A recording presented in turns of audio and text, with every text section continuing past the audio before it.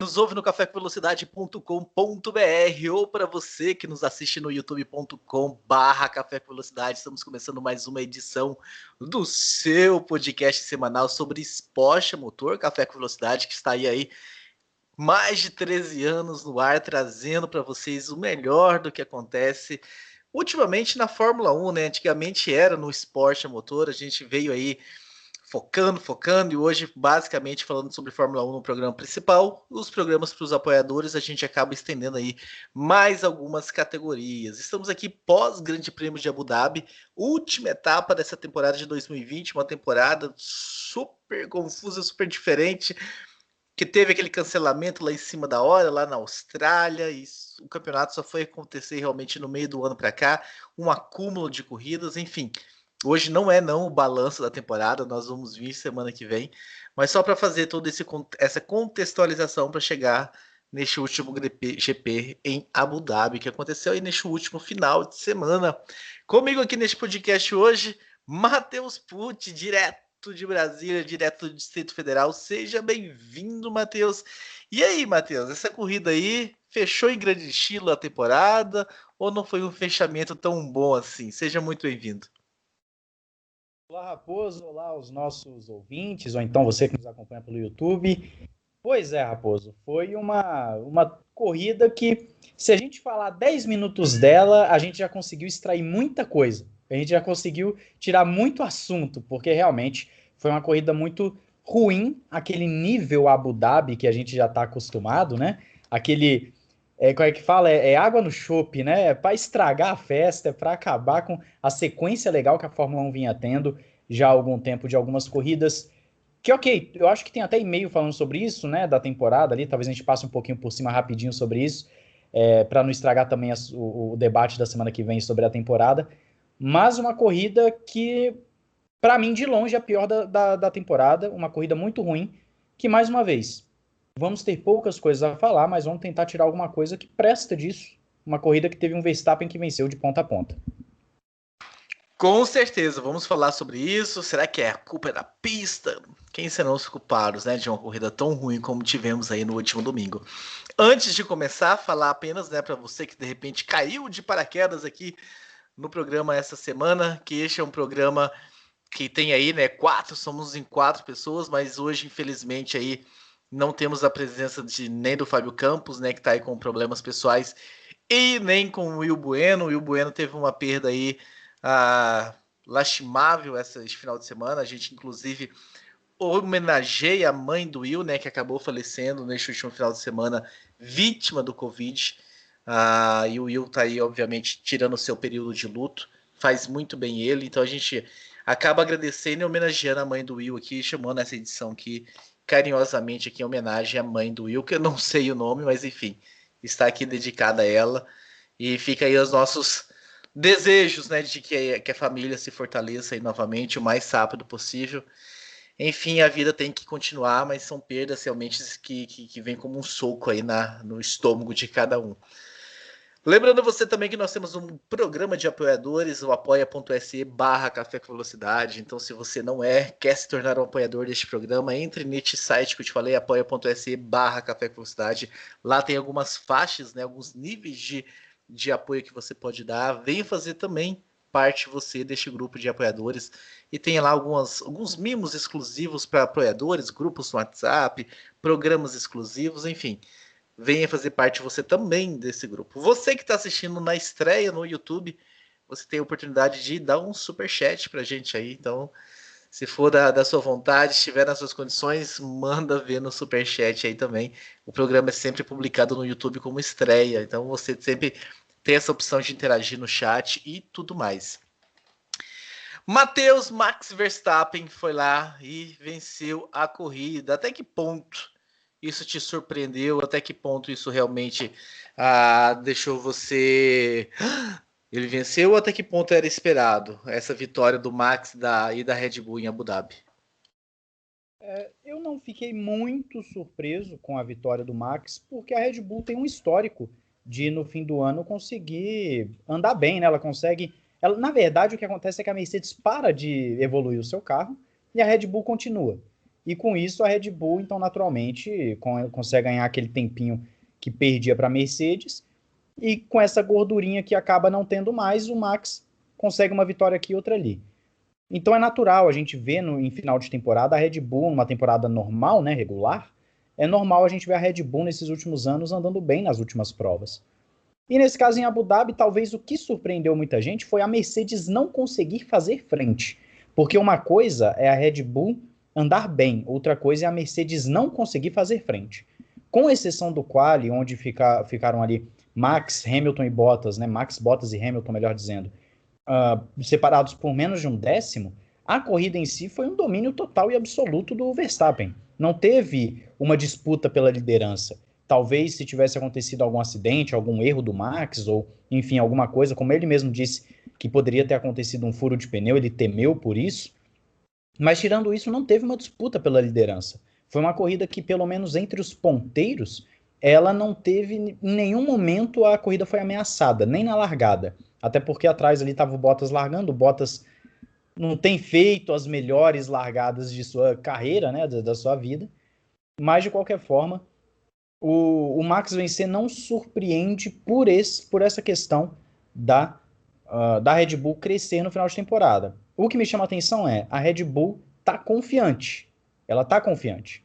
Né? O Helmut Marko, hoje eu estava lendo a matéria falando que ele acredita que o carro de 2021 vai vir bom. O Christian Horner também endossando isso, falando que o carro de 2021, que a base é essa de 2020, que vai vir muito bom justamente porque eles já têm conhecimento dos pontos fracos do carro, então eles não precisam ficar procurando, eles já sabem onde focar, e com isso eles querem bater de frente com a Mercedes.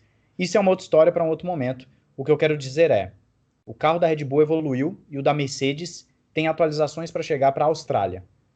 Como será que a Red Bull vai se comportar? Ela vai tomar essa vitória em Abu Dhabi como sendo como sendo festa para 2021? Ou essa vitória em Abu Dhabi eles estão com o pé no chão para entender que foi a Mercedes quem não estava mais disputando o campeonato, a corrida em si? Aí consta para a Red Bull. Mas eu quero até, aproveitando que tá só nós dois aqui, eu quero tomar essa liberdade e perguntar para você. Você acreditava, por favor, por exemplo, que não somente o Max ia dominar essa corrida, mas que também o Hamilton não ia conseguir bater de frente?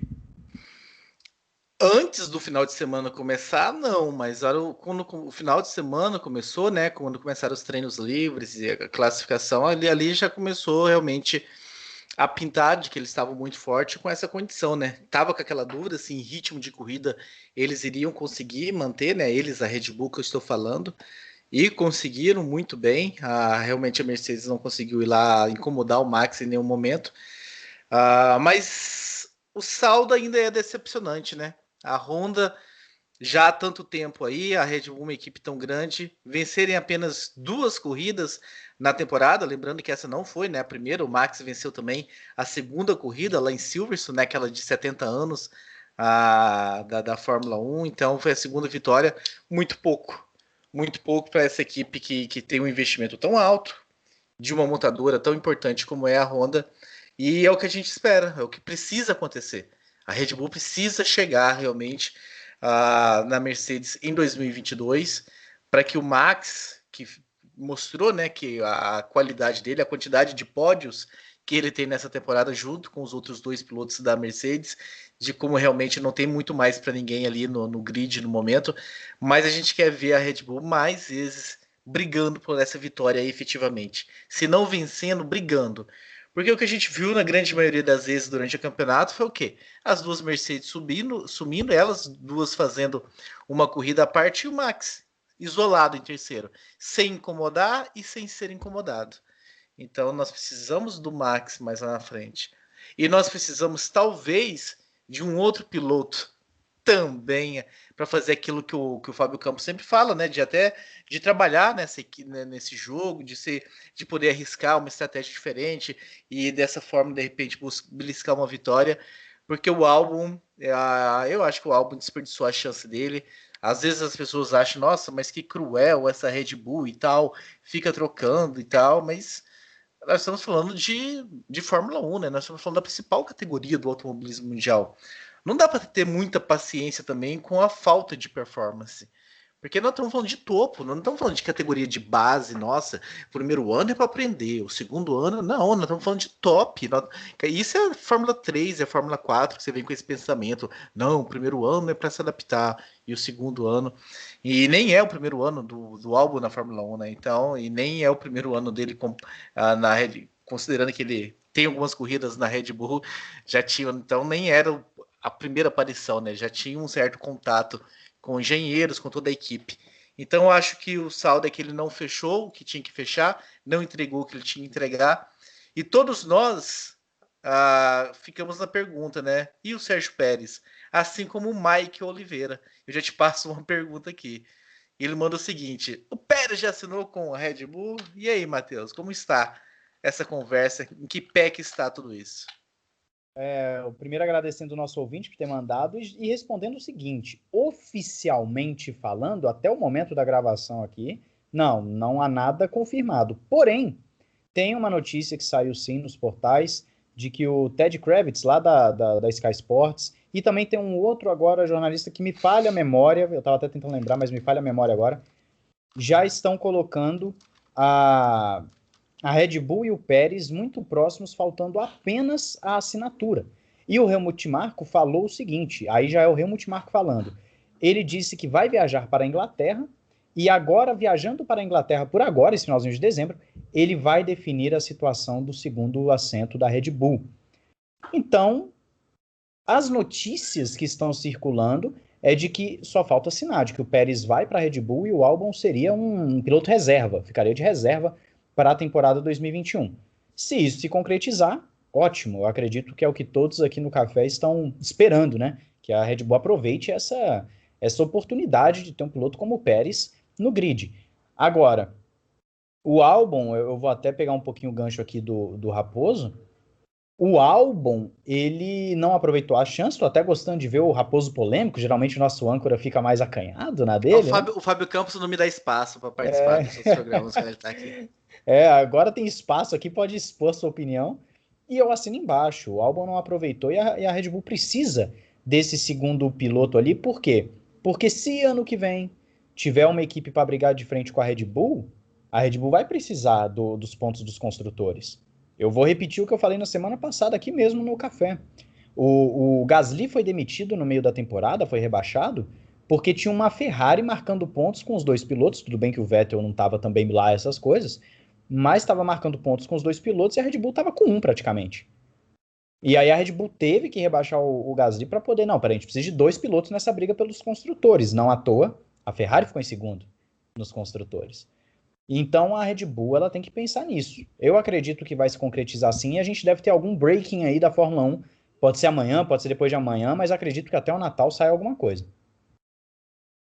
Oremos, oremos. Seria realmente muito bom, né? Ter o Pérez ali, porque antes da vitória, eu acho muito legal deixar isso muito registrado aqui, o quanto nós estamos batendo na tecla do Pérez antes da vitória. Não é que a vitória fez a gente abrir os olhos pro Pérez, né? Existem até as pessoas, né, que acham que eu e você somos contra o Pérez, e nós nunca dissemos isso. Aquela questão lá da Racing Point, a gente sempre discutiu Stroll versus Vettel. Nós nunca colocamos o Pérez na equação. Quando a gente defendia, de repente, que nem defendíamos tanto o Stroll, nós só levantamos um questionamento. Será mesmo que o Vettel vem mostrando nos últimos 2 anos contra o que o Stroll vem mostrando e demonstrando em algumas corridas? Até decaiu nesse final de temporada, né? Tava muito melhor naquela época onde aquela discussão aconteceu. Mas, enfim, seria muito interessante ver o Pérez continuando. Grana para isso ele tem. Eu não sei se a Red Bull precisa assim, de tanto aporte financeiro, mas existe uma ajuda financeira que vai junto com o Pérez e existe uma qualidade muito grande. É um piloto que entrega e já está há algum tempo entregando por onde passou, em equipes onde passou. Tô vendo que você tá com vontade de falar. É só para complementar, o Pérez é um pacote completo. Ele não é um piloto que só tem dinheiro ou só tem a habilidade. Ele tem o dinheiro e a habilidade. Ele é um piloto pacote completo, é aquele piloto que não existe desculpa para a Red Bull não querer. Mesmo que ela diga que a gente não quer incomodar o Max, com todo respeito, a minha opinião hoje é de que o Pérez não vai incomodar o Max. Ele vai andar mais próximo do que os demais, mas eu ainda acho que o Max é mais rápido. Pode surpreender, claro, Pode ser que o Pérez chegue na Red Bull batendo de frente, ó. Ia ser legal pra caramba. Cara, eu Mas acredito. assim, Apesar de eu achar que o Max está num nível muito superior, e eu acredito que o Pérez tem condições de, se não em todas as corridas, uma ou outra, ir lá incomodar, coisa que o Albon não faz em nenhuma corrida, né? não, o Albon não faz. Então eu, sei lá, numa classificação, o Pérez colocar o carro à frente do Max, eu acredito, eu acho o Pérez muito bom piloto. Obviamente tem toda uma questão de casar com o carro. A gente já viu mudanças de pilotos de equipes e que de repente é um carro completamente, uma dirigibilidade completamente diferente. Então tem que ver toda essa questão, como é que o Pérez ia sentar nesse carro. Até saiu uma informação que foi jogada na Rede Globo, né? Não sei de onde, se isso foi publicado mesmo, de que a Red Bull ainda vai deixar o carro ainda mais estilo Max Verstappen para 2022. Depois de ainda mais conhecer ainda mais o estilo de pilotagem dele, o que é que faz ele se sentir bem no carro. Vão trabalhar nisso para esse carro ficar mais ainda fit com ele, né? Como diria o outro. E usando a frase, como diria o outro, para representar o Fábio Campos aqui.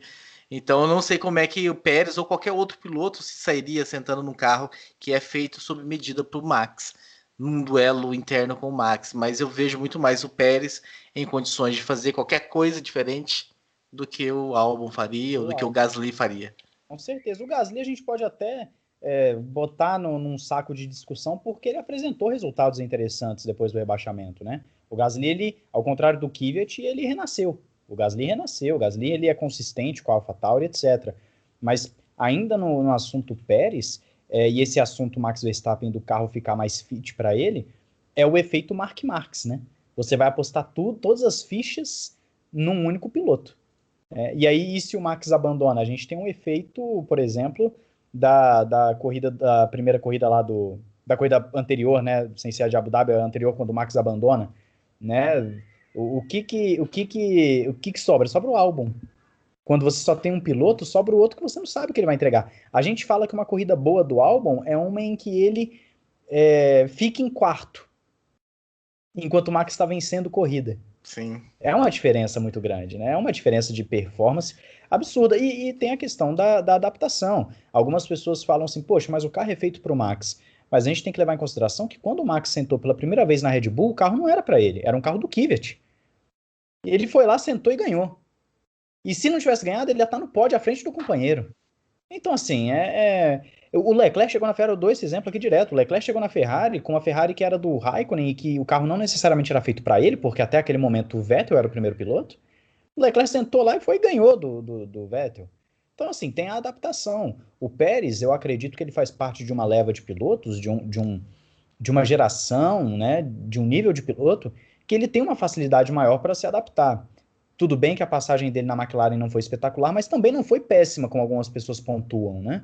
A passagem dele não foi péssima. E isso é interessante de computar aqui, de deixar registrado. Estamos falando de um piloto que, infelizmente, abandonou nessa corrida agora, mas era um piloto que estava escalando o pelotão nessa corrida de Abu Dhabi e que tinha grande chance de ser o grande, digamos, o ponto alto da corrida. Porque ele tinha carro, habilidade para isso. Para sair ultrapassando todo mundo, para sair fazendo algo diferente, porque nós não vimos nada nessa corrida de Abu Dhabi. Essa é a verdade. Foi uma corrida que teve uma outra disputa, que já já a gente vai entrar, mas o Pérez era a chance da gente ter uma grande corrida. Por quê? Porque era o cara que ia vir de trás com habilidade de carro. É diferente de você falar assim, o Stroll tá largando lá atrás. O Stroll não ia sair cortando todo mundo, como o Pérez faz. Então são coisas que a gente tem que analisar em termos de performance, né? A performance do Pérez, ela também casa com o resultado muitas vezes. Ela casa. O Pérez está lá depois do Covid, o momento pós-Covid do Pérez é fantástico. É justamente o contrário do Stroll, né? O Stroll, depois do pódio dele na Itália, ele caiu de produção. Ele caiu completamente de produção. Teve até, se não me engano, na corrida do Bahrein, o Stroll falou, olha, eu tô frustrado porque desde de Monza eu só marquei 2 pontos. E o Pérez não, depois do Covid, ele veio numa ascensão mostrando uma performance muito boa, brigando por pódio, brigando ali com os caras da frente, sabe? Então é necessário você ter um cara desse no carro, não tem como você ignorar. Só esse tempo todo que tá levando, se não fosse somente uma questão comercial, eu não sei o que é, porque Se o Christian Horner e o Helmut Marko estão com tanta dúvida assim, aí realmente só alguém de dentro da Red Bull para falar o que está acontecendo. É só olhar para a tabela, né? Eu sei que a tabela nem sempre diz a verdade, mas algumas vezes dá um indício também, né? Assim, a gente não pode basear todas as análises apenas olhando para os números, porque às vezes eles podem enganar, mas também não dá para desconsiderar os números todas as vezes, como se eles não mostrassem nada. E o Sérgio Pérez ficou 2 corridas de fora e terminou na 4ª colocação do campeonato. Então, mostrando esse desempenho, né, à frente de Daniel Ricciardo, à frente de Carlos Sainz, à frente de grandes pilotos ali que tinham, de repente, condições de andar junto com a Racing Point. O Stroll, né, termina na 11ª colocação, tem um declínio gigantesco da prova de Mugello para cá, então realmente uma diferença gritante. Ver o Pérez fora da Fórmula 1 realmente seria um pecado, né? A gente está aqui torcendo. Eu vi uma piada lá que os mexicanos fizeram, né? Não sei se até que ponto é verdade aquilo, ou se é meme da internet, do tipo, não consumiremos mais Red Bull no México se a equipe não assinar com o Pérez. Os brasileiros podiam entrar nisso, né? Podiam engrossar o caldo. E aqui no Brasil também não, para ver se fazer a Red Bull, pelo menos no bolso aí, dar uma mexida para fazer essa. E nessa mensagem aí é falado ainda que ganhamos juntos e perdemos juntos, né? Exatamente. Então, mas o que você acha que justifica aí a Red Bull, enfim, ter terminado à frente da Mercedes? É característica da pista, porque a Mercedes, pô, um carro não fica ruim de 2 corridas para cá. É um carro, é pura característica da pista, a Red Bull achou alguma coisa a mais. Onde está a justificativa do Max de repente ter vencido com tanta tranquilidade? Porque em momento algum ele foi incomodado pelas Mercedes. O que eu estava falando lá no início, né, na nossa primeira conversa ali. A Red Bull ela continuou desenvolvendo o carro, enquanto a Mercedes não. E você tem ainda o fator agravante de que em um dos carros você tem o Max e numa outra equipe você tem o Hamilton. Só que um Hamilton que chegou não 100%. E isso vale ser dito. Eu falei várias vezes lá no Ressaca durante a semana que pessoas quando estão saindo do Covid não necessariamente saem 100%. Tem pessoas que ficam com sequelas, né? Ficam ainda um tempo sentindo algum desconforto. E o Hamilton falou isso na entrevista. Ele falou, olha, eu ainda sinto os pulmões, ele ainda está com uma certa dificuldade respiratória. Me E você admira... fala com propriedade, né? Eu peguei a Covid, né, mais pro meio do ano ali. E assim, o meu pai mesmo, só citando aqui um exemplo entre parênteses, o meu pai passou 2, 3 meses ainda precisando fazer exercício respiratório. Eu fiquei sem olfato por cerca de 3 meses. Então, assim, é uma coisa, né? Então, o que acontece? O Hamilton não estava 100%. Me admira ele sentar num carro de Fórmula 1 e correr a corrida inteira ainda, né? Ele aguentou a corrida inteira e detalhe, no qual ele ficou muito próximo do Bottas, e na corrida eu não vou dizer que ele estava mais rápido, porque não estava. O Hamilton estava na mesma balada, às vezes até um pouquinho mais lento que o Bottas. Mas ele aguentou um ritmo que era o suficiente para o seguinte, se o Bottas dá uma vacilada, eu passo. Então é de se engrandecer o feito do Hamilton, mas há também de se falar isso, né? Se o Hamilton estivesse 100%, será que não teria uma briga com o Max? Eu acredito que teria. Eu acredito que pode ser que o Max até vencesse, mas não seria tão fácil. Não seria um Sunday Drive. Seria uma corrida com disputa, uma corrida que precisaria de ultrapassagem, que precisaria de estratégia de boxe. Não seria tão fácil. Então é um conjunto de fatores. É um Hamilton debilitado, é uma Red Bull que continuou melhorando o seu carro, é uma Mercedes que parou as atualizações para pensar em 2021, por mais que a Mercedes ainda tenha falado que ela estava pensando em 2021, mas ia ainda dar uma olhadinha aqui e ali no carro de 2020, mas o desenvolvimento foi praticamente parado, né? É um Bottas que mesmo sem Covid é um debilitado. Assim, tem pessoas que não gostam que a gente fale do Bottas, né? Mas a verdade, se a gente for analisar de forma imparcial, de forma por performance mostrado, por capacidade do piloto, Bottas deixa muito a desejar pelo carro que ele tem.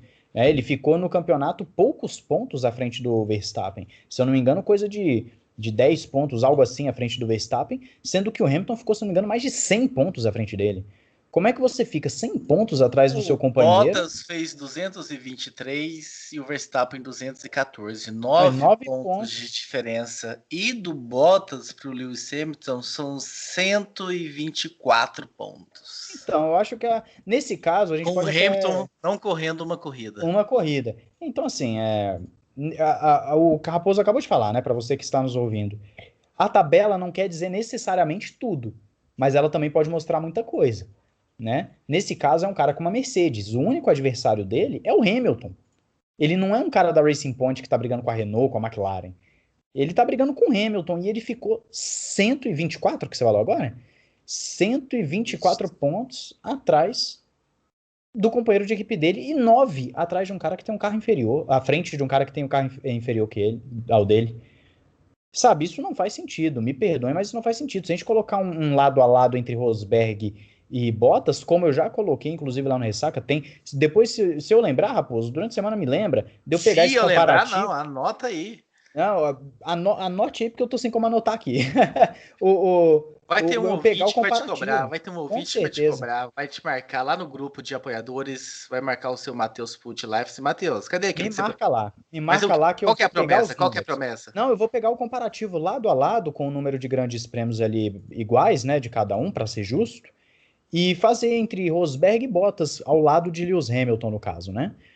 Então, assim, eu vou fazer esse comparativo para as pessoas verem que se fosse um Rosberg da vida, que não é o maior piloto de todos os tempos, mas era um piloto muito mais combativo do que o Bottas. Era um piloto que fazia o Hamilton suar, fazia o Hamilton falar, esse ano vai até a última corrida, né? Então, as pessoas às vezes não gostam, mas nós estamos falando de um Bottas debilitado. Debilitado, claro, no sentido de que ele não tem a mesma capacidade do Max e do Hamilton, né? O Max também, há de se dizer, é um piloto que extrai mais do que se espera, né? É um piloto que talvez, se você colocar qualquer outro piloto naquele carro ali, talvez só Max e Hamilton vão dar aquele absurdo ali. É por isso que é até um ponto que eu gostaria de ver o Pérez ali, porque o Pérez é um piloto de muito talento, para ver o tamanho do Max tendo o Pérez do lado dele. Sim. Que ali a gente vai conseguir, talvez, assim, o Max para mim já é um piloto assim, discutível, um gênio, mas a gente colocando um Pérez do lado dele, a gente consegue até extrair um pouco mais o tamanho, a grandeza dele. Por que colocar o Max do lado de Ricardo não, de Gasly, de Albon? Albon. O Ricardo até teve uma boa disputa ali, se bem que o Ricardo, né, do que aquele motor Renault deixou ele na mão naquela temporada, quase não teve briga entre Max e Ricardo, de tanto que o Ricardo ficou pelo caminho naquela temporada lá, de tantos abandonos que tiveram. Então não dá para fazer muita comparação ali. Foi uma troca, né? Porque na temporada anterior o Max que teve muito problema com o Sim. carro, e aí em 2016 o Max chegou com 5 corridas de atraso, vamos assim dizer, né? Então, na verdade, a gente não teve nenhuma temporada para comparar mesmo, a não ser que os dois andavam muito próximos, e isso é algo que é indiscutível, né? Os dois andavam muito próximos. Matheus Pucci, Viu? o seu xará, o Matheus da arte color gráfica, né? Ele teve a ousadia de mandar um e-mail no meio da corrida. E ele falou assim: só para não falar que eu sou engenheiro de obra pronta, ou seja, né? Antes da corrida terminar, ele já estava opinando. No momento do primeiro pit stop, eu escrevi para falar que eu colocaria as Mercedes em estratégias diferentes. Ou Bottas de amarelo e o Hamilton de branco, ou vice-versa.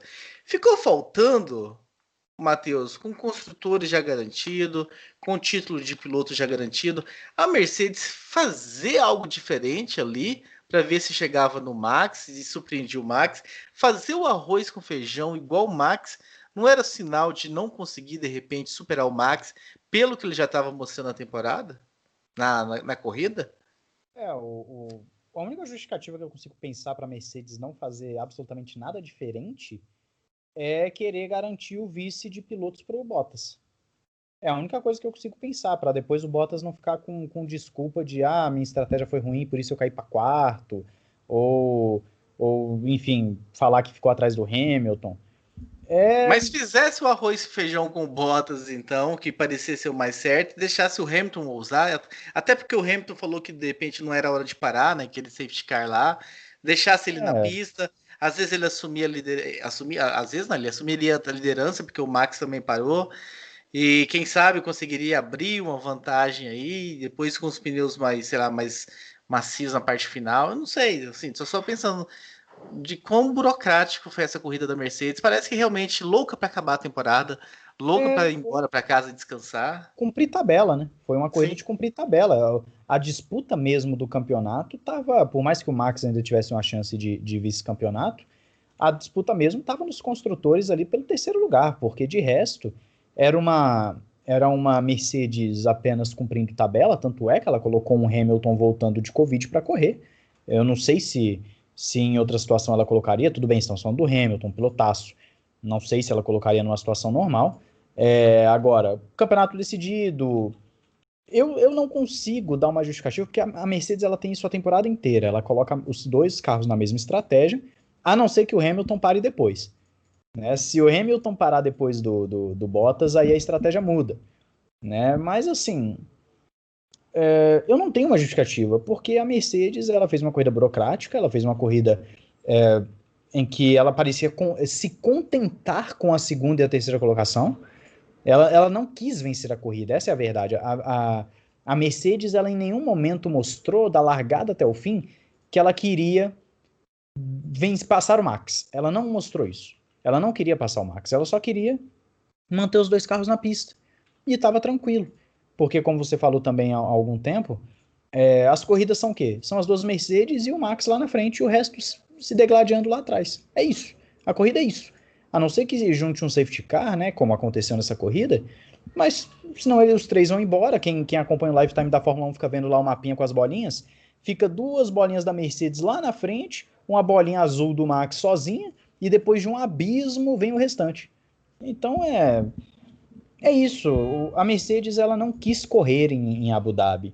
Ela não quis ganhar a corrida, ela só cumpriu tabela. Ela não chamou os dois carros para a garagem antes de acabar porque fica feio.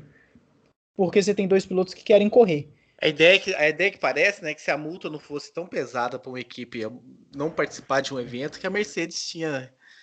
Tá, o Bottas estava brigando ainda pelo vice-campeão, mas a ideia é que assim, estavam tão apáticos, então foi a ideia que foi o que me transpareceu, né? Eu não estava lá próximo para poder julgar isso, mas de longe assim, me parecia que caberia muito bem arriscar um pouco mais para tirar essa vitória do Max com certeza. e foram muito E burocráticos. assim, talvez isso até mostre um porquê de não fazerem um esforço para o Russell correr essa corrida.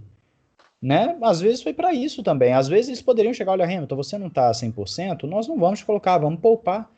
Vamos dar oportunidade para o Russell correr. Só que o Russell não ia fazer uma corrida burocrática. O Russell ia querer mostrar serviço, ele ia querer ir para cima, ele ia, se tivesse atrás do Bottas, ele ia querer botar de lado. Então, talvez, eu não tô falando que é isso, mas eu tô falando assim, talvez tenha um pouquinho disso também na escolha de trazer o Hamilton a qualquer custo, de volta. E é uma É, pena, né? A gente todos aí esperando ver o Russell mais uma corrida, com enfim. certeza. A gente esperava ver o Russell num traçado que não fosse um traçado externo com pouca dificuldade. A gente queria ver ele num traçado onde tem curva de alta, de baixa, curva que ele precisa ter um pouco mais de técnica, ganhar tempo, perder tempo, enfim. A gente queria ver ele numa circunstância normal, como ele seria contra o Bottas. Porque no Grande Prêmio passado, até um piloto que era, vamos dizer assim, ruim, era um piloto que ainda andava próximo ao seu companheiro, né, de uma forma geral. Na corrida de Abu Dhabi, não, nós teríamos uma diferença considerável. E infelizmente não aconteceu. Talvez a Mercedes tenha feito isso sim. Olha, para não ter problema, a gente bota Hamilton, Bottas ali e acabou. Porque o Hamilton tá campeonato ganho, se ele não tiver chance de vitória, ele deixa o Bottas ser vice-campeão. Exatamente, Matheus Pucci. Nós recebemos também, Matheus, muitos e-mails, a grande maioria dos e-mails, e eu vou até citar aqui alguns para fazer justiça, porque o Will Bueno ancorou com tanta qualidade semana passada, lendo todos os e-mails, que gerou uma pressão em cima de mim, né? Então eu vim com essa pressão também de ler os e-mails e tudo mais.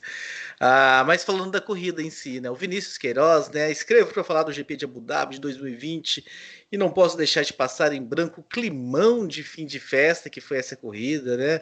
Seria mais culpa da própria pista ou é fato de ser a última corrida, que está quase tudo decidido, né? Então ele joga essa pergunta aqui.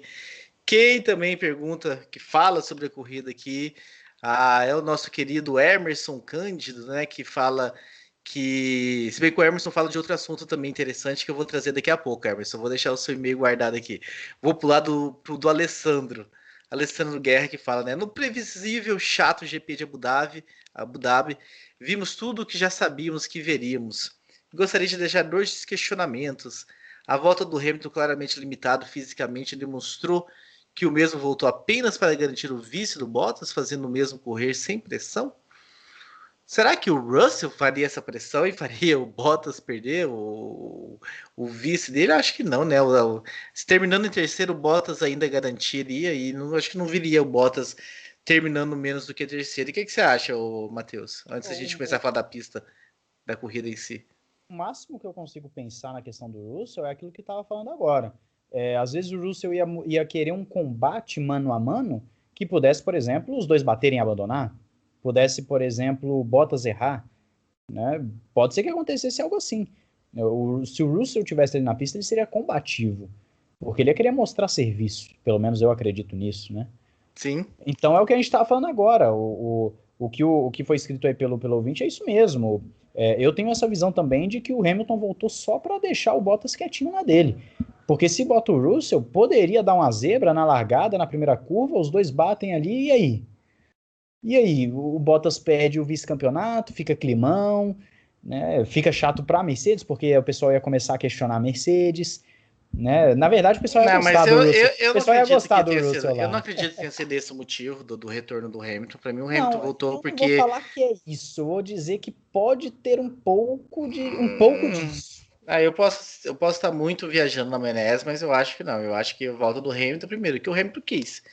Porque é um cara meio fominha. Porque se ele fala pela equipe e fala assim, gente, eu não tô legal ainda, não tô bem, testei negativo, mas ainda não estou me sentindo fraco. Não, o Hamilton quis correr.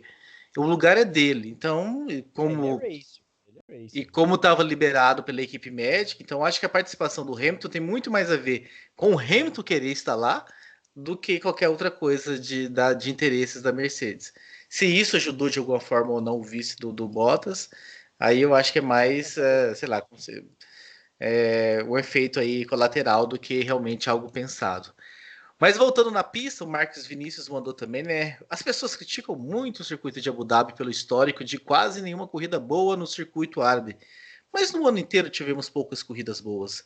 E as que foram boas precisaram, em maioria, da intervenção do safety car. Há esperança para que as mudanças de 2022 possam fazer com que as corridas em Abu Dhabi sejam mais movimentadas? Ou seria necessária alguma mudança no traçado, na pista? Antes da gente guarda essa pergunta aí do Marcos Vinícius, mas é que a gente tem mais pessoas aqui falando da corrida. O Danilo Duarte, né? É fato que o circuito de Abu Dhabi não deixará o calendário e ainda será corrida de encerramento por alguns anos. Afinal, paga uma taxa gorda e um bônus mais para sediar a final, entre aspas, ele coloca, né? Porque a final há muito tempo não acontece em Abu Dhabi, acontece bem antes a decisão do título, né, por assim dizer. 2016 foi a última. Exatamente. E aí ele coloca aqui, né? Outro fato é que muito raramente o circuito proporciona corridas empolgantes. E não acredito que o problema seja dos carros atuais, pois a Fórmula 1 já correu lá com diferentes regulamentos técnicos. Na opinião de vocês, o que deveria ser feito para termos uma corrida um pouco mais interessante para encerrar a temporada de uma maneira mais agradável para os fãs? E o nosso querido Renato Fonseca. Isso aí, Renato Fonseca, como eu gosto do seu nome.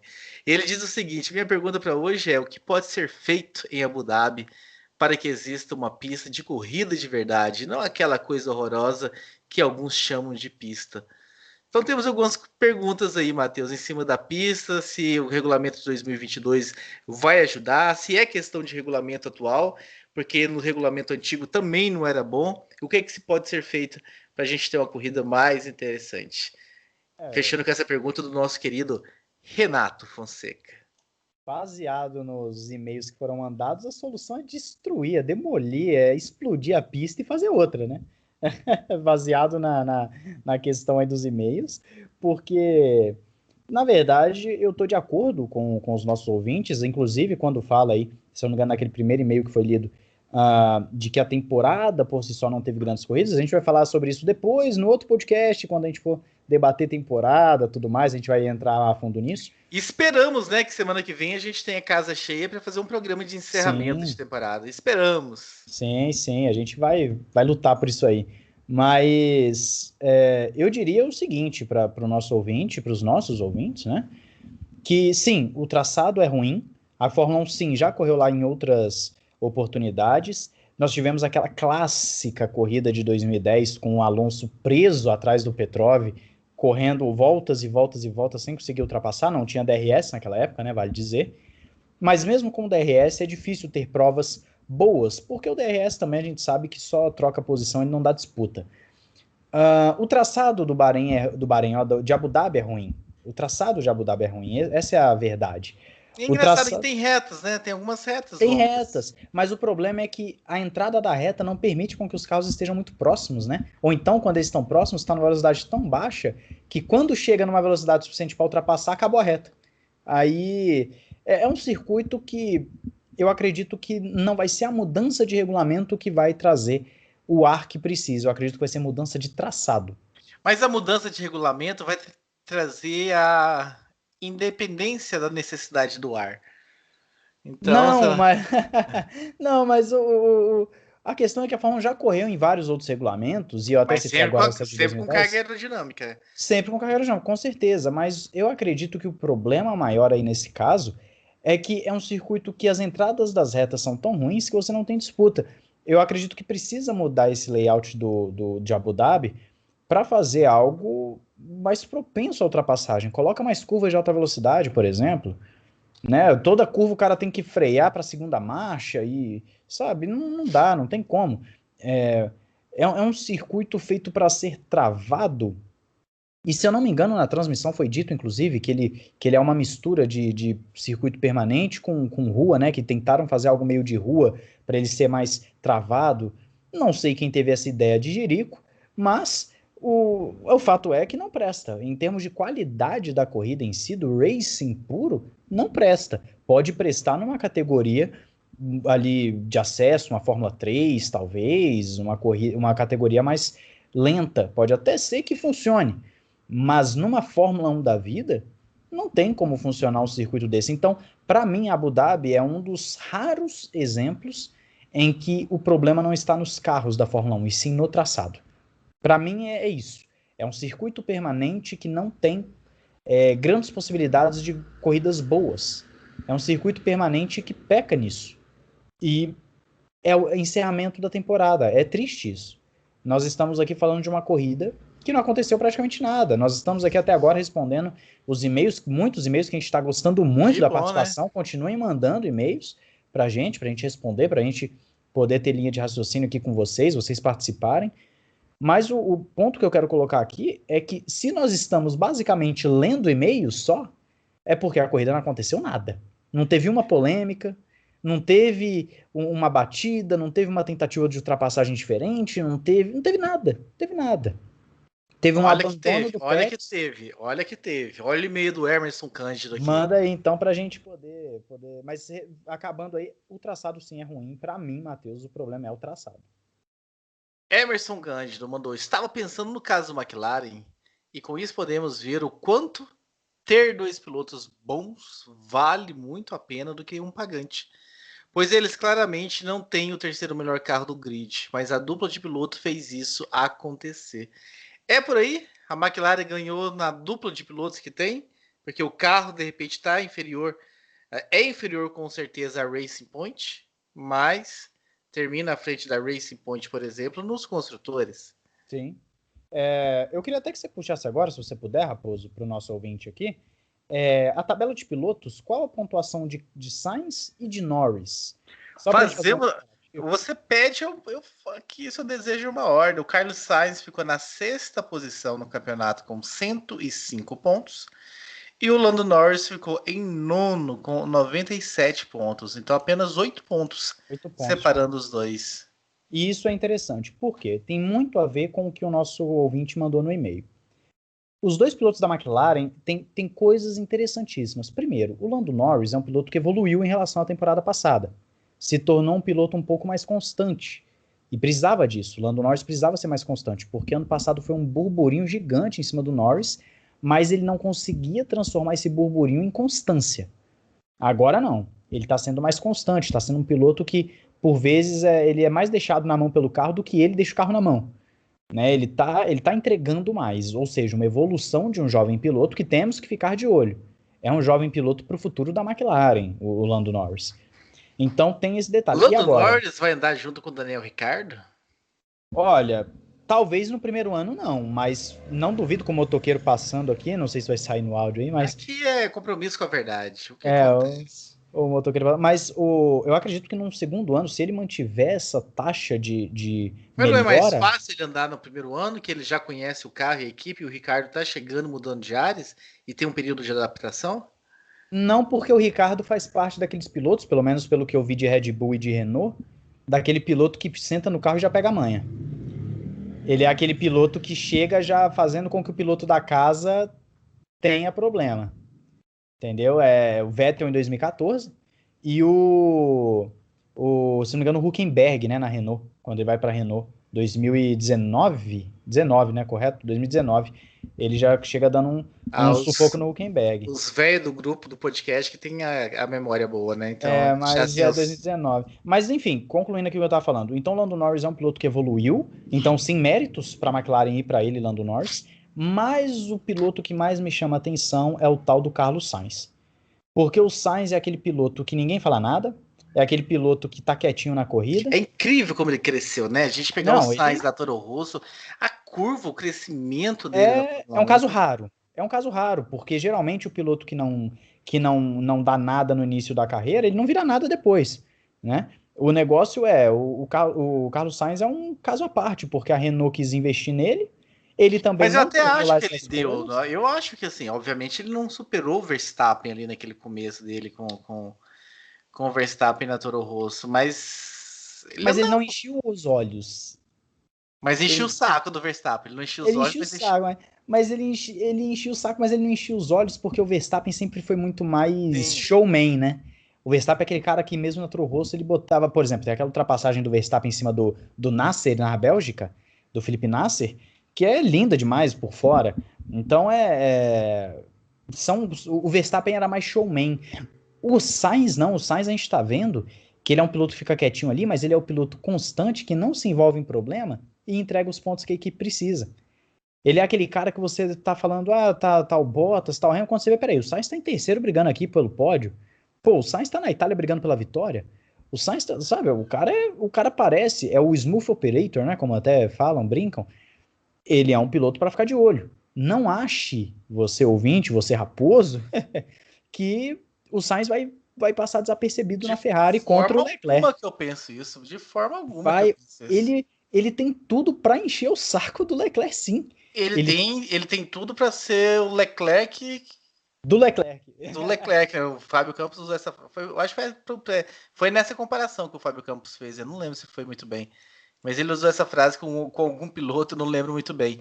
Mas assim, o que o Leclerc foi pro Vettel, o Sainz tem total condição de ser. Até porque o Carlos Sainz pai vai estar acompanhando tudo de perto e rola toda uma pressão ali que as coisas aconteçam. Vai estar levando dinheiro também para a Ferrari, né? Da Estrela Galícia. Então, eu acredito muito que teremos uma boa briga na Ferrari. E aí, sem torcer para ninguém, que realmente que os dois andem em bom nível, que a Ferrari deixa o que tiver que acontecer e que possa ser a chance da Ferrari terminar melhor do que a vergonhosa sexta colocação que ela terminou nessa temporada com 131 pontos, né? Só para a gente falar um pouquinho sobre tabela, já que o Fábio Campos não está aqui, hoje está liberado falar sobre tabela, né? A McLaren 202 pontos, 7 pontos à frente da Racing Point, né? A diferença que a falta que fez o Stroll ter mais consistência aí. Esses 7 pontos aí com certeza vem da carteira do Stroll. E 11 pontos à frente, 11 não, 19, 21 pontos à frente da Renault. Então o Ocon também com resultados muito ruins o Ocon, e que de certa forma reflete na Renault um pouco lá embaixo, né? O Ocon foi apenas o 12º colocado, enquanto o Daniel Ricciardo na 5ª colocação. Então o Ocon retornando depois de um ano sabático e não retornando tão bem assim. Então, e não dá para esperar muita coisa, né? Porque Alonso ano que vem, então o Ocon recupera logo essa forma dele que ele mostrou antes de sair do período sabático dele, ou realmente é mais uma grande carreira que veremos acabando de forma melancólica. E aí a McLaren com seus 2 bons pilotos, coisa que a gente também vem discutindo e batendo na tecla no podcast já há algum tempo, né? Que as equipes preferem ter um piloto não tão bom assim para não dar trabalho do que ter 2 pilotos bons. Esse terceiro lugar da McLaren nos construtores vem ao encontro disso que a gente vem falando aí há vários programas, de como é bom ter 2 pilotos que você pode confiar, que entregam resultados. E um puxa o outro para cima, né? Querendo ou A não. voz tá baixinha agora, hein? Puxa esse microfone mais próximo aí. E um puxa o outro para cima, Sim. performance, né? Um faz o outro melhorar. O Max falou isso pro Ricardo quando o Ricardo saiu da Red Bull. Ele falou: eu sinto falta de você. O Fábio Campos gosta de trazer essa fala do Verstappen, já trouxe várias vezes ao longo aí do ano, porque é justamente isso. Como eu posso dizer, agora o pessoal tá vendo meu microfone, quem tá acompanhando pelo YouTube, tô com ele mais próximo da boca aqui. Mas logo o programa de apoio resolverá suas questões de microfone pro podcast. Isso aí, os nossos apoiadores aí salvando aqui o microfone. Mas o detalhe é que o Sainz, voltando ao Sainz, né, a questão do Sainz, é um piloto que tem que ficar de olho. Ninguém fala de Sainz, todo mundo fala de Lando Norris é o futuro, mas o Sainz é um piloto jovem ainda, tá? Ele tem ali, eu acho que ele é 1 ou 2 anos mais velho que o Verstappen, algo assim, e ele apresenta uma consistência que é fantástica. Não tenha dúvidas de que o Carlos Sainz tem muito dessa evolução da McLaren aí, tem de Carlos Sainz, né? Não tenham dúvidas. E outra, vale dizer também que a McLaren melhorou seu carro ao longo da temporada, tá? No início do ano, a McLaren só andava bem em circuitos de alta velocidade. Aí chegou no final do ano, a McLaren começou a andar melhor em circuitos também um pouco mais travados. Isso faz diferença. Por quê? Porque a Renault não conseguiu isso. E a Renault ficou o quê? Para trás. Né? Então é interessante ver que uma leve atualização, um leve ganho de performance conseguiu fazer com que a McLaren chegasse um pouco à frente dos seus concorrentes. É legal ver isso, a consistência, o tanto que o piloto faz diferença. E o Ocon, para falar já do Ocon pegando o gancho, o Ocon eu tenho medo de uma coisa, Raposo. Eu tenho medo de acontecer em 2021 uma coisa. O Alonso não voltar bem, o Alonso voltar lento, longe de ser aquele Alonso campeão mundial, aquele Alonso que tirava leite de pedra, né, como dizem. E aí o Ocon bateu o Alonso e a gente chegar aqui, e não só a gente, eu falo a gente, eu digo imprensa, eu digo pessoas que analisam automobilismo, Fórmula 1, e a gente começar a falar, olha o Ocon, que performance, mas na verdade isso é porque o Alonso tá andando nada. Eu tenho medo disso acontecer, porque pode enganar ano que vem. Porque se o Ocon bater o Alonso, vai ter gente falando, olha, o Ocon é melhor que um bicampeão mundial, o Ocon é material de campeão do mundo. E aí, na verdade, pode ser que o Alonso só esteja lento. É claro que também corre o risco do Alonso voltar o grande Alonso, né? Aí o Ocon vai tomar um vareio grande. Mas eu tenho medo disso acontecer. Porque senão a gente fica numa linha de comparação que é muito... Não tem muito parâmetro, né? É uma linha que a gente não sabe qual o nível do Alonso. A gente não sabe em que ponto o Alonso vai voltar. A gente vai comparar o Alonso com o Ricardo. A gente vai comparar ele com a pontuação do Ricardo, com as exibições do Ricardo. Eu não vou nem dizer com os pódios, porque os pódios foram tão atípicos que não dá nem para cobrar do Alonso um pódio ano que vem, né? Se forem corridas normais, em circunstâncias normais. Mas eu diria que a gente vai ter que comparar. Olha, o Alonso está chegando nas posições que o Ricardo chegava, quinto, sexto, aí beleza. Agora, se não chegar, a gente vai ter que ter muito cuidado em como a gente vai olhar para o Ocon, porque essa linha de corte vai ser muito difícil de fazer. Com certeza, com certeza. Alguns e-mails que ficaram aqui sobre alguns outros assuntos, né? O Michael fala assim: Fábio Campos, eu quero saber o que o Russell falou da Williams. O Fábio Campos falou, o Michael, no último programa. Você vê, eu não estava aqui, mas eu ouvi o programa, né? O que o Russell falou, que o Fábio Campos comentou, que o Russell falou que ele estava tendo que desaprender algumas coisas da Williams. E aí o Fábio Campos até levantou, né? O quanto correram nas equipes dessas aí está somando realmente alguma coisa. Porque quando o cara chega numa equipe lá de cima, ele tem que dar uma declaração dessa, que tem que desaprender algumas coisas para andar bem no carro de ponta. Então, foi isso, Michael. Talvez você tenha perdido. É porque o Fábio Campos, ele enrola tanto. O Will foi muito bem na semana passada, a não ser permitir que o Fábio Campos enrolasse tanto um assunto. Que se eu tivesse aqui, eu falasse, não, fala agora, fala agora. Não, daqui a pouco eu vou falar, daqui a pouco eu vou falar. Então, talvez você até se perdeu, Michael, nesse tanto daqui a pouco, mas foi isso, foi do Russell falando que teve que desaprender algumas coisas. O Emerson Cândido mandou aqui, né? Vocês viram o que o Latifi fez na classificação? Confundiu os botões e rodou, comparando aqui com o Maldonado. Que maldade com o Maldonado, ou que maldade com o Latifi, Emerson. Não sei que ponto de vista. A que ponto chegamos de falar coitado do Maldonado, né? Com a comparação. Temos um primeiro e-mail aqui, ó. Adam Lemes. Primeiro e-mail, né? Formal que ele diz, né? Já fiz alguns comentários no YouTube, no Twitter. É que no Twitter ninguém vê mesmo, Ada. Mas é a primeira vez... Brincadeira, o Fábio Campos tá lá sempre olhando no Twitter, gente. Mas é a primeira vez que escrevo formalmente por e-mail do café. Escrevo no sábado, após a lindíssima pole do Max. Torço para o Hamilton, mas é muito bom ver a emoção de outros pilotos ao conquistarem uma vitória e uma pole, pois nos relembra de quanto elas significam. E para o Hamilton parece que já ficou trivial, né? Sem mais, quero dizer que adoro o programa, adoro vocês, estou muito risada assistindo, principalmente quando o Raposo perturba o Campos. Talvez você tenha rido então agora, mesmo ele não estando aqui para ficar nervosinho, mas eu mentalizei ele ouvindo esse programa na casa dele nervosinho, então já é o suficiente.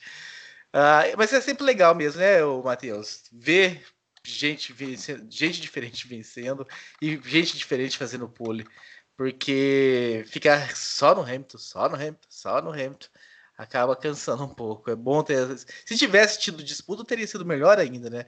Porque nada adianta também só o Hamilton vencer sem disputa, depois o Verstappen vencer sem disputa, o Bottas vencer sem disputa. A gente quer ver disputa. Exatamente. A gente quer ver, por exemplo, como foram algumas outras vitórias esse ano que a gente teve, mas brigas, né, que foram mais interessantes do que foi essa. A Itália mesmo, o Sainz pressionando o Gasly, a gente não sabia até a bandeirada quem ia vencer. Exatamente, a vitória do Gasly, como foi uma vitória bem diferente, com pressão e tudo mais. Sim. Mas é isso, assim, é só aproveitando o e-mail do ouvinte, é isso mesmo, é bom a gente lembrar de que significa algo uma pole position, de que significa algo uma vitória, né? Porque é o dinamismo que falta na categoria. Como eu posso dizer, é a falta de disputa. Eu até vou um pouquinho além do que o Raposo falou aqui. Eu nem me importo do Hamilton ganhar todo ano, desde que todo ano chegue até a última prova, a última curva, disputando roda com roda. É a equação que a gente fala entre campeonato bom e corridas boas. Se o campeonato for ruim, mas as corridas forem boas, tá ótimo pra gente. É o que foi a MotoGP nos últimos anos. O campeonato era ruim, o Mark Marques era campeão. Mas as corridas tinham disputa, até na última curva. Quantas vezes o Marques e o Dovizioso, na última curva, um passo, outro dá o X. Eram corridas emocionantes, com um campeonato ruim. E por falar em equação, para a gente fechar esse programa, o Emerson fala assim, falando ainda da corrida do Bahrein, que ele repercutiu o nosso programa, ele fala assim: estava pensando aqui sobre a última corrida do Russell e vendo tudo isso, continuo acreditando que o sucesso depende de 60% da competência e 40% da sorte. Exige sorte no automobilismo, Matheus Pucci? Eu diria que a sorte é uma consequência da competência. Eu acredito. Tem uma frase motivacional que fala isso, né? Que a sorte é a preparação, mas algo do tipo assim. Alguém vai. Assim, dá até pra gente entrar naquele mérito do, por exemplo. Você fala. Procura aí, mas dá pra gente entrar no mérito do, por exemplo, o Pérez abandonar quando estava prestes a ir para um pódio. Isso é o que? É um azar? A gente pode falar que é um azar, uma infelicidade que o cara teve. Ele estava indo bem na corrida, o motor é de alto nível, é um motor Mercedes, mas aí vai lá, o motor abre o bico. Acontece, pode acontecer com qualquer um. O Hamilton, por exemplo, o Hamilton é um cara que eu considero que ele, além de talentosíssimo, ele tem sorte. Por quê? Quantas vezes a gente viu o Hamilton abandonar? O Hamilton não abandona as 40.